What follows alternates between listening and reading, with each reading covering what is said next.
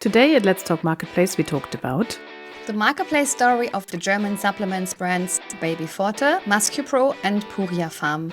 Founder Anna-Maria Silinger told us how she uses Amazon, Doc Morris and Shop Apotheke as her main sales channels. and why she withdrew her products from the brick-and-mortar pharmacies after those retailers stole her Amazon buy box. Have fun listening. Let's Talk Marketplace. The Marketplace podcast with Ingrid Lommer and Valerie Dichtel. Hey everyone, great you tuned in again to Let's Talk Marketplace. And today we have a topic for you that we don't touch on that often, or haven't we even featured it yet, because we're going to talk about supplements. Do you think, Valerie? Did you touch upon that? We touched it up once a little bit in our episode with my friend Gregor Leopold, where we talked about the healthcare industry on marketplaces and especially on Amazon. So what do you have in mind today? I thought, because when we talked with Gregor, it was this perspective of a supplier, of a service provider. And today I thought it would be great to get a brand's point of view on the topic. And that is fitting really good because it gives me the opportunity to bring in a guest on the show that was in my list for quite a while. She's the founder of the supplement brands BabyFORTE, MuscuPro and Puria Farm. And she's been active in the German Amazon scene for over 10 years, I think. And I think she is the only brand owner who has ever told me that she has removed her products from the brick and mortar sales channels because, and I quote, the distribution over those classic retailers cannibalized her Amazon strategy. So I think that is a nice starting point for a conversation. So welcome, Anna-Maria Silinger. Hi. Hi, it's great to be here. Thank you for inviting me. Yeah, welcome, Anna-Maria. It's really nice to meet you. I know Ingrid has been connected with you for quite a while already, but we haven't had the pleasure yet. And that was an interesting introduction just now, which opens a lot of questions, I would say. But before we dive into those, why don't you introduce yourself a little bit more? So who are you, Anna-Maria? Yeah, I'm Anna, and I'm the founder by now of 3 D2C brands, which are BabyFORTE, which is the product line for women before and during pregnancy. Then we have MuscuPro, which is a product line for men, especially for fertility. And then we have a product line by now, a third one, which is called Puria Farm, which addresses women's health beyond pregnancy. And like you said, we exclusively sell D2C, so especially on Amazon, but also on other marketplaces and in our own shops. And how did you came up with this topic? I think you didn't just stood up one day and said like, okay, now I'm doing those brands and reseller on Amazon. How did that happen? Well, I had a connection on a professional level. I worked in a company where we sold quick tests before, so it was not really that far off. But then I had the idea in a personal moment. So, I was sitting there with a friend who was starting her family journey. She and her husband, they wanted to have a baby.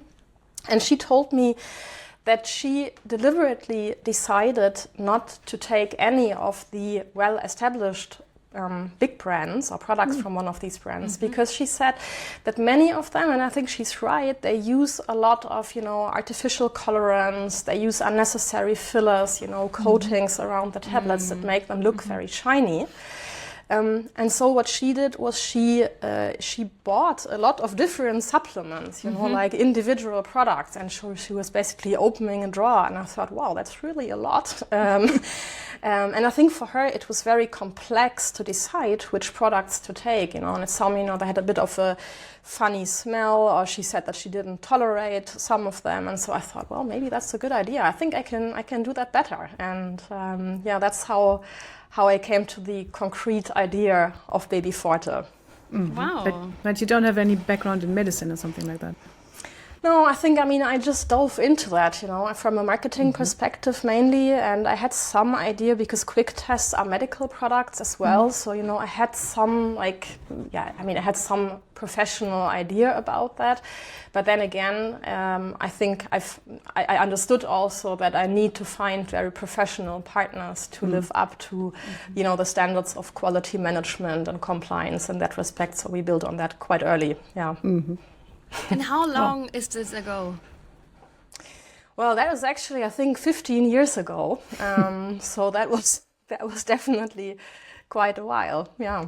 Okay, great. And what would you say are you doing best in the marketplace business?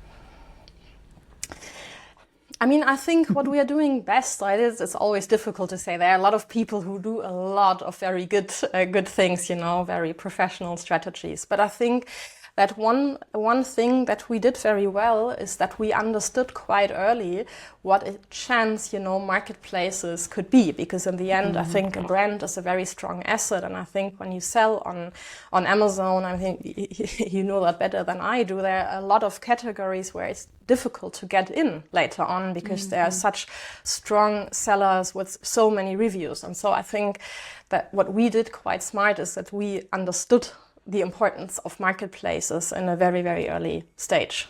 Okay, and then let's come to the more fun part. So tell us a fun fact about you, Anna. Could also be a private one. A fun fact about me. Let me think about it. That's a difficult question, actually. I will tell you one fact about me. I will tell you about my favorite KPI that I'm obsessing about and that I'm, I think, getting on my team's nerves about with every week. I love looking at the CTR and I'm constantly getting on my team's nerves that we have to look at CTRs every day. I'm comparing products. I'm really obsessed with that because I always say, guys, we don't need to think about conversion rate if nobody visits our product page. So please look at the CTR. I'm challenging all the time. So I think when you ask anybody from my team, what's Anna's favorite thing to talk about, it's the CTR. CTR. Nice one. Very nice, Anna. Then we have been getting to know you a bit better now. And I think you are just the right person to dive into this topic, supplements on marketplaces. So it's great that you're here. But, and yeah, we'll do that. We'll dive into that. But before we do that, a very short advertising break in which we'll talk about something that some people might not like to talk so much about, and that is taxes.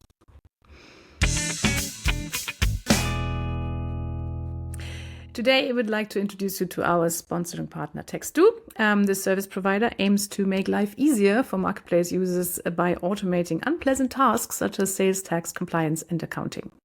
Text2 was founded in Hamburg in 2016 and now employs 160 people. Managing Director Roger Gutmann was himself a tax manager at the Federal Central Tax Office and now enjoys explaining the special circumstances of e-commerce to tax advisors, for which German and European tax law was not really developed. Text2 offers a comprehensive platform for online retailers who need to carry out legally compliant and efficient sales tax reporting and accounting processes. The software analyzes all sales, fees, and payments, and resulting in a transparent and audit-proof solution. The Text2 platform is seamlessly integrated with many marketplaces and can handle all EU and UK sales tax processing, including OSS exports. Yeah, so if you want to make tax a bit easier and have less to do with bureaucracy in the future, you might like to take a look at Text2 solution. And if you want to know more about that, read our blog article, which is quite in depth, actually. We'll link it in the show notes. And you'll also find a full table of all VAT rates in the EU, UK, and Switzerland. So that might be helpful.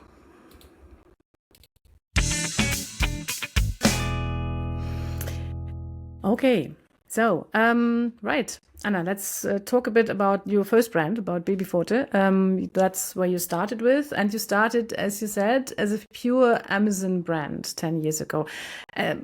Why did you start there? I mean, this is not like the normal point of sales that people 10 years ago would think about when they thought about, pregnancy supplements. So why Amazon?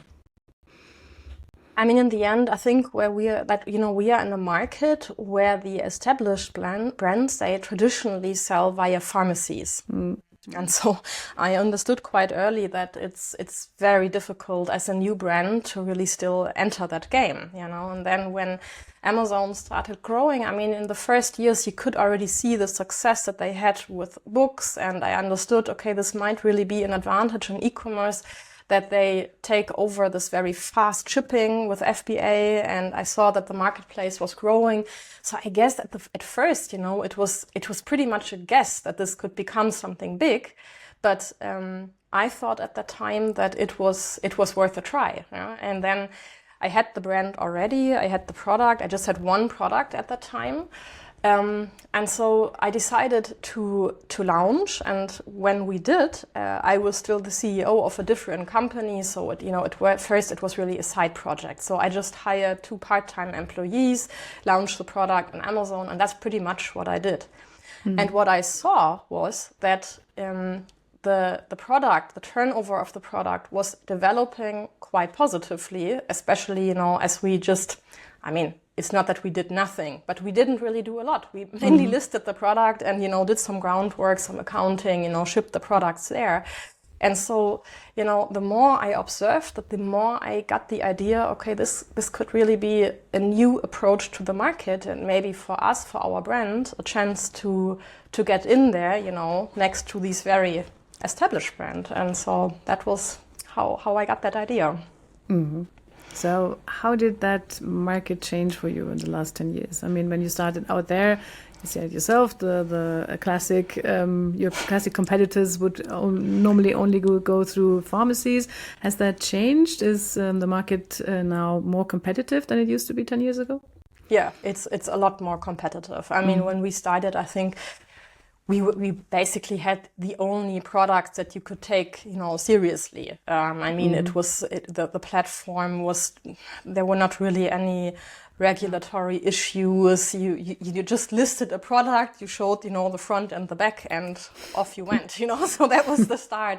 And I mean, today that is completely different. And I think also a difference today is that when you look at the list of the, let's say, 100 most successful sellers on Amazon, you will find several big online pharmacies there. So, you know, it's a huge shift. So, and also in regard to how we need to understand the marketplace, how professional you need to be there. I think, you know, back then I started my business with 4,000 euros. I think today that would be very, very difficult, because you need more upfront investments in reviews, you know, with Amazon Vine or in advertising. So I think today it's a whole different story, and we experience that also, you know, because we launch different brands now. So when I think of the early days, you know, of BabyFORTE versus the early days of Puria Farm, it's a whole different story. Yeah.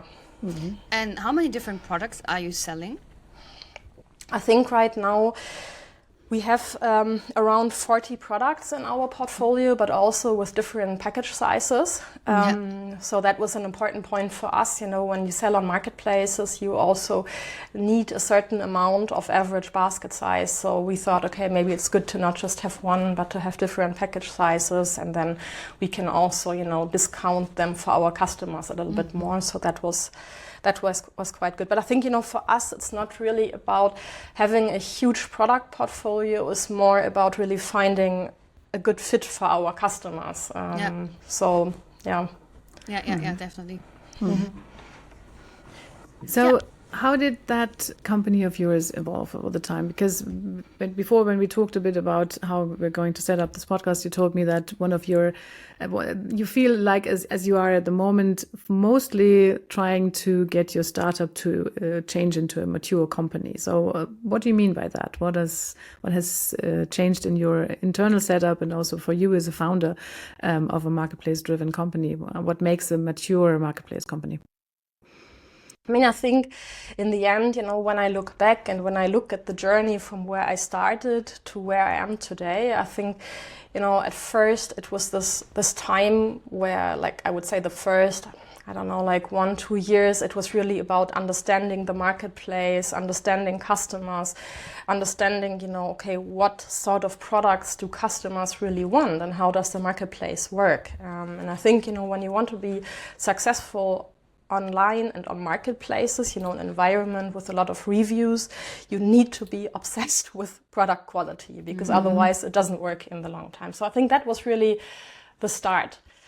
And then I think, you know, the next thing that came, or the next milestones that came along the way, were that we realized, okay, I mean, having a brand for women for pregnancy is a very good start, but you know, in the end, it has a certain limitation. We realized, okay, men also want something for fertility, so you know, the next milestones were on the one hand like enlarging the product portfolio, also thinking about, okay, what can we do for men, you know, who also have similar issues. So we launched the second brand and the third brand. And I think once that was done, it was in the end, you know, it sounds simple, but you know, in the end it was a matter of scaling, you know. So it was this journey from becoming a solo entrepreneur to really building a team, building structures, launching on more platforms. And so, I mean, looking back, I think this time of like groundwork, of really understanding how does it work to sell on marketplaces, that was really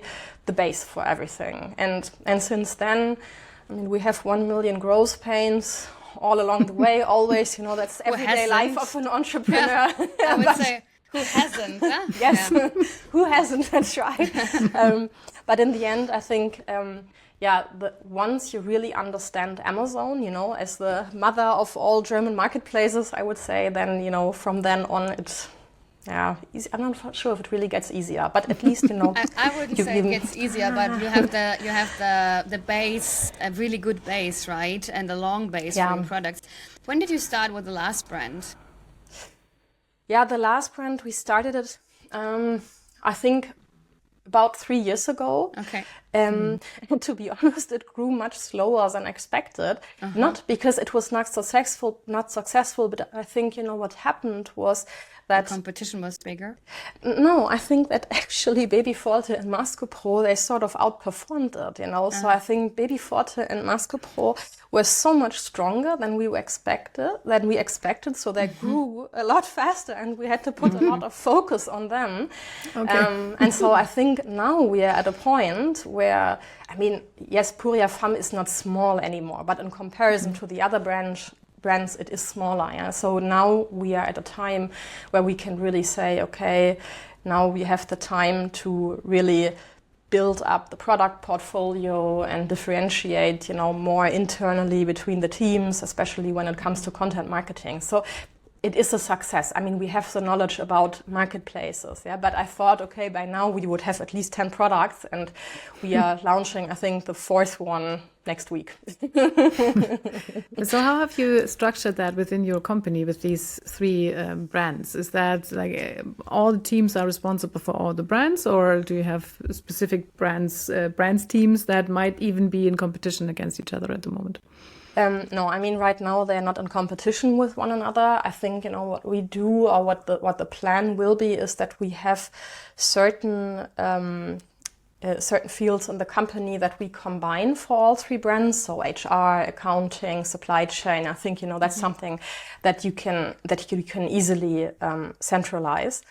And for us, right now, we didn't really split the team because, I mean, I think I told you before, we are a bootstrapped company. So for us, what is really a premise in all of our activities is that we only scale marketing campaigns when we can be break-even first sale after contribution margin 3, so after marketing.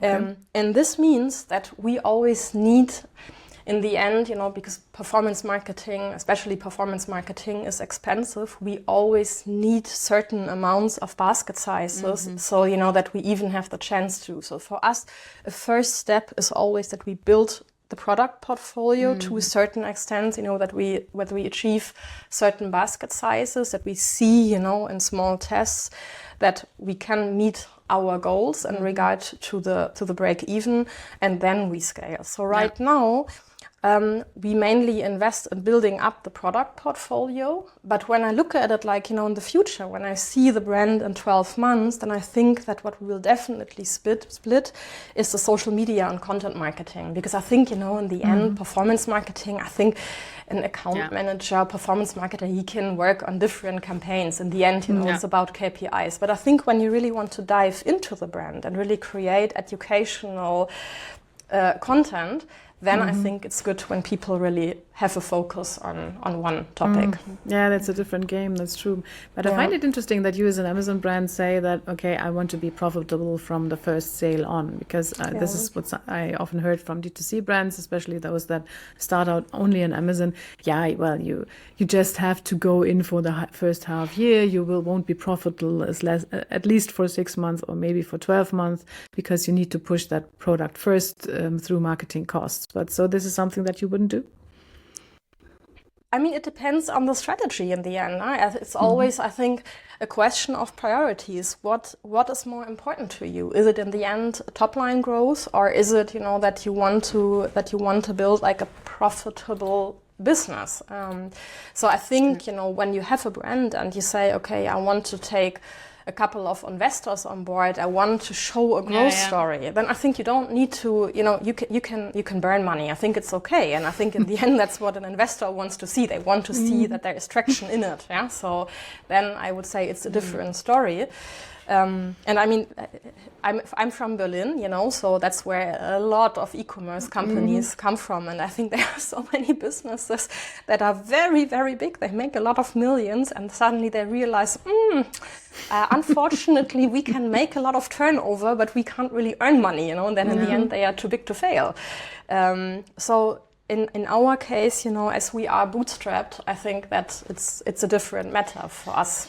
Yeah, it's also your overall goal, right? And I also have the feeling that if women doing businesses, this is what we hear more often. I mean, this could also be our talk right now. It could also be like, hey, we are bootstrapped. We don't want to scale. We don't want to scale to the moon. We want really to like organically grow and grow healthy and grow profitable. And we don't want an investor, etc. So it's a different kind of business what you have and what we have, but it's the same goal in the end, right? Yeah. yeah, definitely. Yeah. I mean, I'm not sure. I mean, I've worked before. This is my first company. I've founded several companies previously, and this is the first time I'm working without investors. And I always think it's still an option. I wouldn't exclude the idea. It's not, that I categorically never work with investors. But right now, I think, we are growing, and there are so many things that we know that we can do without taking millions in. Yeah. So why? It's always a matter of how much time do you want to dedicate also to managing, like to shareholder management, and how much time do you really want to invest in the business? So I think it's both possible options for strategies, but right now I'm choosing the bootstrapped one, and we are growing, so there's no need really to do that. Well, I would say we should continue this conversation after another short break, and just a quick word on our partner and sponsor, MediaMarkt Saturn. So I know it's summer, but do you know what you should be doing apart from enjoying the sunshine? That is plan the Cyber Week. Because the time between November 24th and December 1st is not just a sales boost, it's a full-on operational challenge. At least that's what Alexander Klinger from MediaMarkt Saturn told us in our latest interview with him. He is responsible for all the partner business on the Cyber Week on the marketplace, the MediaMarkt Saturn marketplace. And he said, if sellers don't scale up the fulfillment and customer service in time, November can quickly become a nightmare. Now, the most common mistakes: not enough stock, no prep for returns and customer inquiries, poor product content and shipping KPIs all over the place. So what should sellers do? What should sellers do? Start now, even if Cyber Week still feels far away. And that means plan early. MediaMarkt Saturn shares participation details 4 to 6 weeks ahead. So secure visibility, top homepage deals, everything's handpicked. Only sellers with strong KPIs and competitive prices stand a chance. So, and you can use retail media wisely, of course. They work, but only if you book them early. If you want to go from peak stress to peak performance, don't wait until October. The time to get ready is now. For more practical tips, see our interview on Marketplace Universe. We will share the link in the show notes. Okay, so Anna Maria, let's go back to the topic of marketplaces, which, it's called Let's Talk Marketplace. So let's talk a bit more about marketplaces today. So, of course, Amazon is your key or the central platform, but you have been opening up to other platforms as well. Are you doing that in the same way that you say, okay, every sale on every new platform has to be profitable from day one, or are you a bit more lenient when you're trying out new platforms?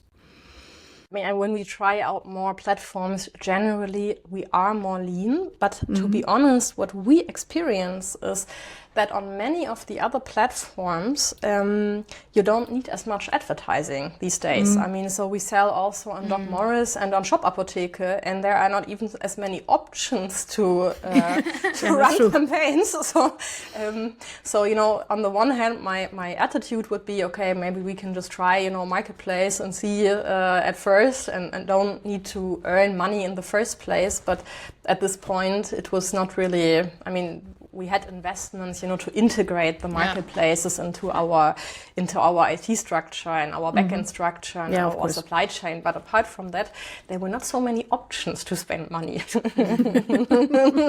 Okay. So that's mostly Doc Morris and Shop Apotheke at the moment, or any other marketplaces as well? No, I mean, for us, it's mostly those three. We are negotiating with some other marketplaces. We are looking into some. But I mean, when we pick a marketplace, it's also, a lot of administration, a lot of effort for integration. So, I think, there are different approaches. Some people say, okay, I just want to be everywhere. And, maybe in the future, I really start selling significant amounts of products there. I see it a little bit different. I pick marketplaces and I think, okay, well, if we launch on a marketplace, there needs to be a good chance for a relevant turnover. So for us, a very important sales channel for us is also our own online shop. It's not a marketplace, but that's in the end, very a core asset, I think, for a brand also, and also important for marketplaces. I think customers just want to see an online presence, no matter where you sell, on social media, on the shops. So that's really where we invest in. That's the current state. And how do you ship the products? Do you have like a central warehouse at your own place, or how do you do this?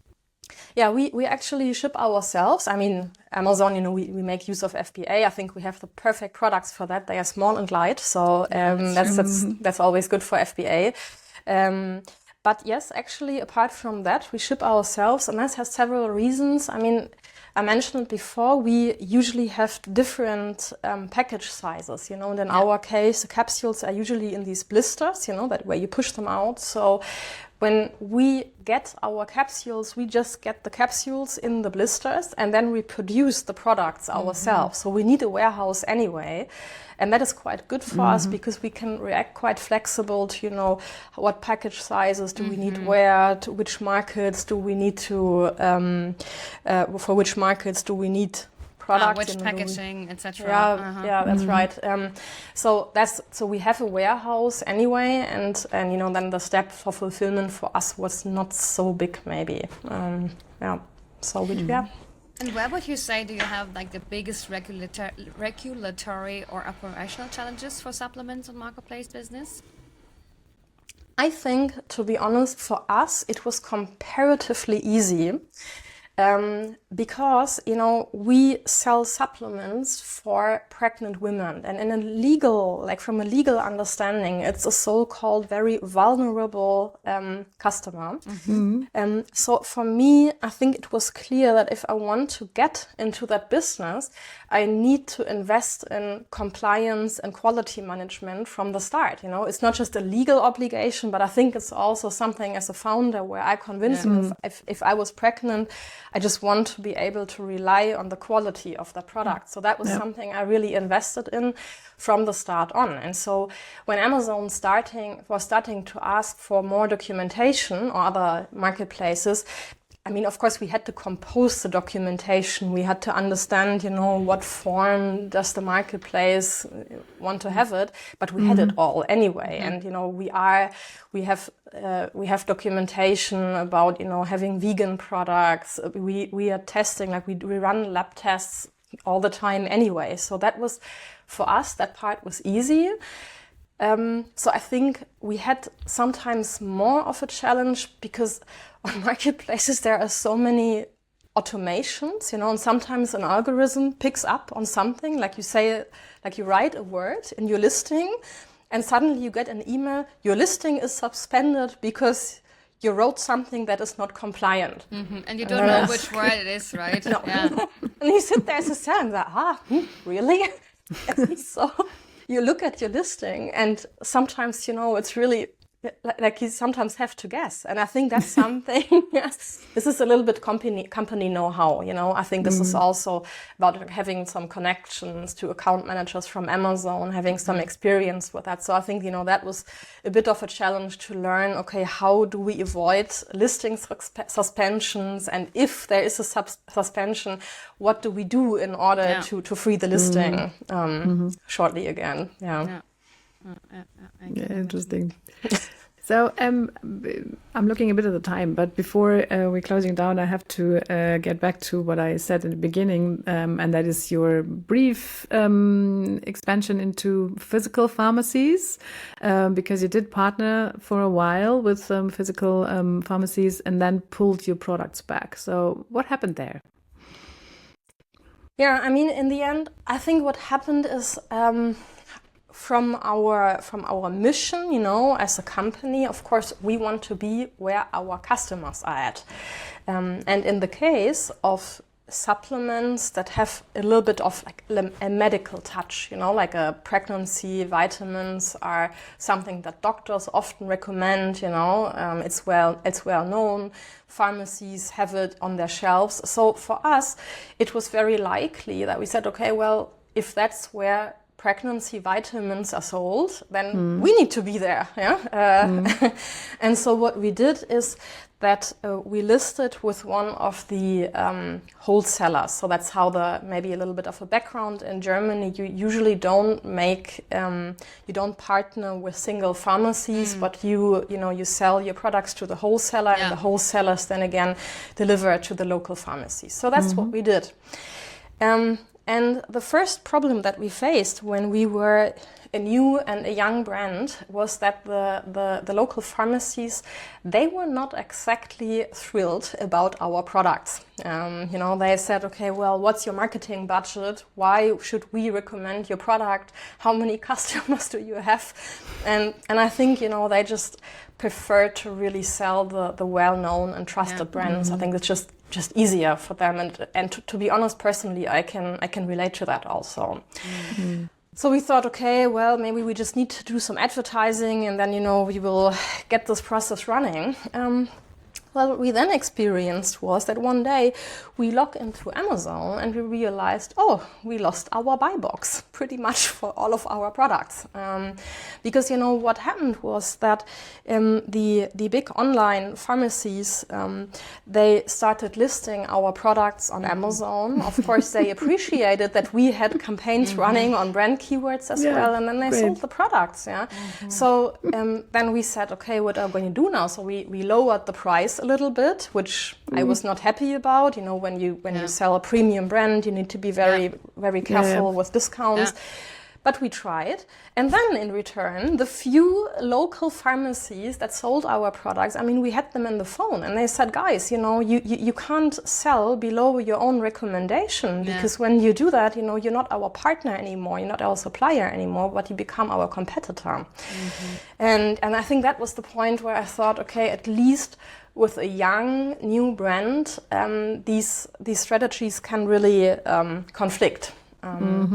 So would I see it the same today? I'm not sure. Maybe with a more established brands, there are different approaches. I mean, there are brands that, for example, say, okay, I sell in retail or in pharmacies my small package size, then on marketplaces, all package sizes, and in my shop, I also offer certain discounts and bundles. I mean, there's different strategies also to cope with that, but in the end, I think it needs to be well thought through decisions, because what sounds easy is in practice sometimes a lot more complex. Interesting story here. Right. So maybe to close this up, because we are over our time already, even though I do enjoy very much talking to you and hearing about your founder story, but still. So maybe a look in the future. What are you working on at the moment, and where do you see your brands in a few years' time? What are you going for? More marketplaces or international expansion, which I can guess is difficult in your field. So what is your road to growth? Yeah, I mean, right now we have 3 brands. So and we are selling right now in the DACH region and also in Italy. So I mean, I have more ideas for brands, but to be honest, I think when I look to the next 5 years, I think for us it's really more important to dive deeper into these markets. Yeah, I think we can launch more products for Puria Farm. I think there are also some marketplaces that are already interesting for us, or that could even become more interesting. I mean, there's a lot happening, in the market with supplements and pharmacies. So I think there are some quite interesting chances that we have. I think we can build more on our shop, because of course marketplaces are important, because like I said, that's where the customers are, customers love marketplaces, but shop is also important. So that's really one very important strategic goal. Yeah. And in the end, I mean, what I can say is, I think, me as a founder, I think I'm very connected to my brands. I like working on products that I can relate to, on product topics that I like. And I can really say that my connection with the 3 brands that we have is very intuitive and heartfelt. I really like it. So what I hope is that in the next years we get the chance, to be part of people's life, to make people's lives maybe easier with our products, and also to create more educational, informative content about the brand topics, because I think people really seek for information, and we have a great chance to provide a little bit about that in our shops and our social media channels. So that's really what I really love about my job. Great. Right. Okay. Yeah. Thank you very much for your insights, Anne-Marie. It was really great Thank you. having you with us today and talking about your 3 brands and your inspiring story. Thank you. Yeah. Thank you very much for inviting me. Yeah, and if you liked listening to us today, you could make us very happy by following us and rating our podcast on Spotify, Apple Podcasts, YouTube, or wherever you are listening to us. And of course, by tuning in again next time. Next week, we will look into all the most important things that happened in the marketplace industry in our monthly news review. So don't miss out on that. And thanks for your support, and bye-bye. Bye-bye.